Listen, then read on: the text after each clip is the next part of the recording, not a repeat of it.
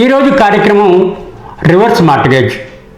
Reverse mortgage అంటే ఏంటి, మామూలు మార్టిగేజ్కి రివర్స్ మార్టిగేజ్కి డిఫరెన్స్ ఏంటి, అసలు రివర్స్ మార్టిగేజ్ తీసుకోవడానికి తగిన అర్హతలు ఏంటి, దీని గురించి తెలుసుకుందాం.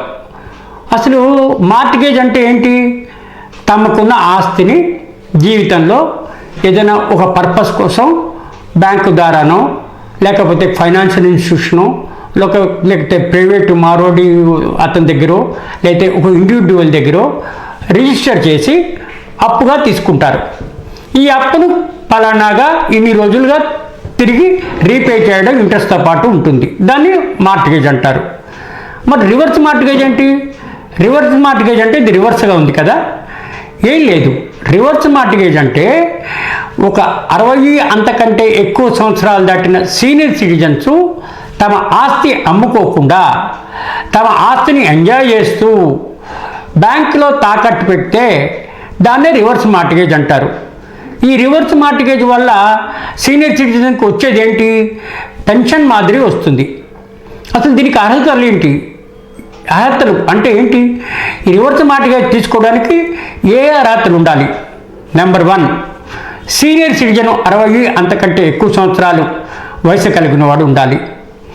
రెండోది, తన ఆస్తి 20 అంతకంటే ఎక్కువ సంవత్సరాలు ఓల్డ్ అయి ఉండాలి. ఇంకొకటి, భార్య కూడా జాయింట్గా తీసుకోవచ్చు రివర్స్ మార్టిగేజ్. తన భార్యకి 55 సంవత్సరాలు అంతకంటే ఎక్కువ వయసు ఉండవలసి ఉంటుంది. మరి ఈ రివర్స్ మార్టిగేజ్కి మామూలు మార్టిగేజ్కి డిఫరెన్స్ ఏంటి? రివర్స్ మార్టిగేజ్ అప్పు తీసుకుంటే సీనియర్ సిటిజన్ కానీ అతని భార్య కానీ తన జీవితంలో తిరిగి అప్పు తీర్చవలసిన అవసరం లేదు.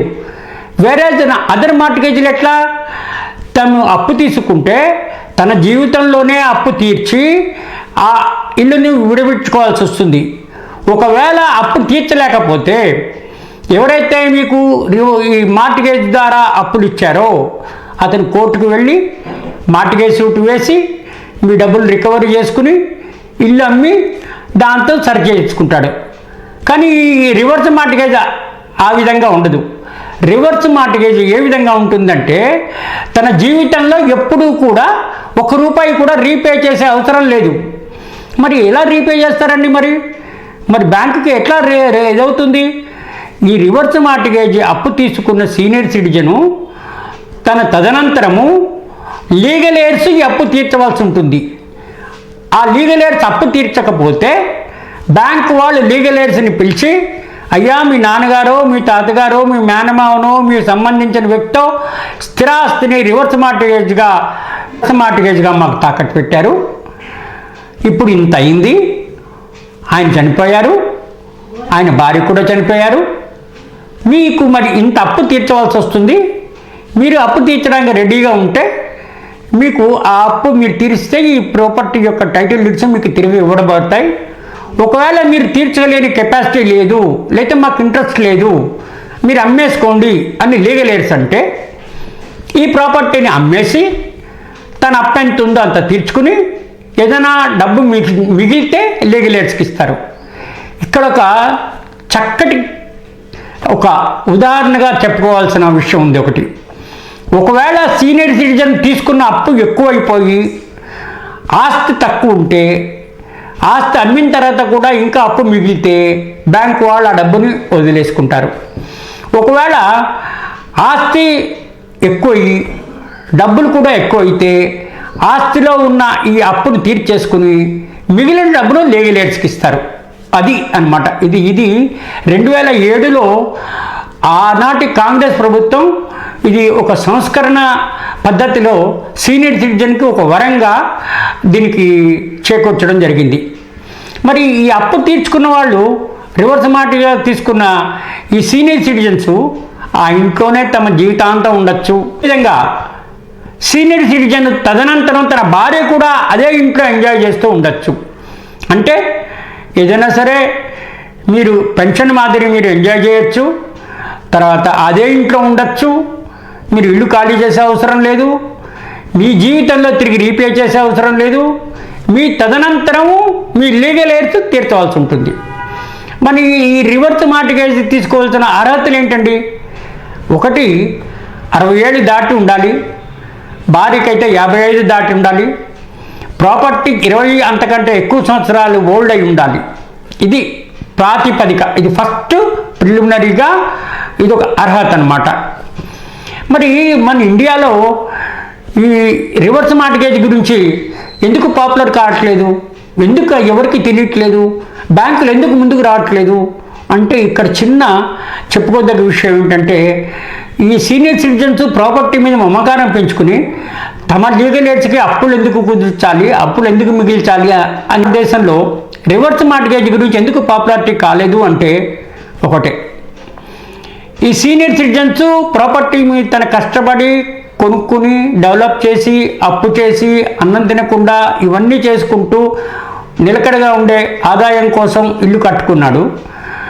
ఈ ఇల్లు నేను వేరే వాళ్ళకి అప్పులుగా నా లీగల్ ఎయిడ్స్కి ఇవ్వడం ఎంతవరకు సబబు అనే సెంటిమెంట్తో వాళ్ళు అప్పులు తీసుకోవడానికి ముందుకు రావట్లేదు. అదేవిధంగా బ్యాంకులు కూడా ముందుకు రావట్లేదు. ఎందుకంటే ఇది సీనియర్ సిటిజన్స్ తదనంతరం అప్పు ఎవరు తీర్చాలి అనేసి ఎవరు కూడా, అసలు ఇది ఏ నేషనలైజ్డ్ బ్యాంక్ అయినా సరే సీనియర్ సిటిజన్స్కి రివర్స్ మార్టిగేజ్ గురించి క్షుణ్ణంగా చెప్పాలి, అవేర్నెస్ క్రియేట్ చేయాలి, వాళ్ళకి అప్లికేషన్ ఇవ్వాలి, వాళ్ళకి ఎంత తొందరగా వీలైతే అంత త్వరగా ఈ లోన్ శాంక్షన్ చేసేటట్టు చూడాలి. కానీ ఎన్ని బ్యాంకులు ముందుకు వస్తున్నాయండి, ఎవరు ముందుకు రావట్లేదు. ఎందుకు అంటే వాళ్ళకి ఇందులో ఏమి ఆదాయం కనిపించట్లేదో ఏంటో. ఈ మధ్య నేను Vidyanagar SBH Vidyanagar bank staff అంత ఆదరణ చూపించట్లేదు. కనీసం 7 సార్లు రిక్వెస్ట్ చేశా. ఆఖరికి నేను వాళ్ళ మీద కంప్లైంట్ ఇవ్వాల్సి వచ్చింది అంబుడ్స్మెన్కి.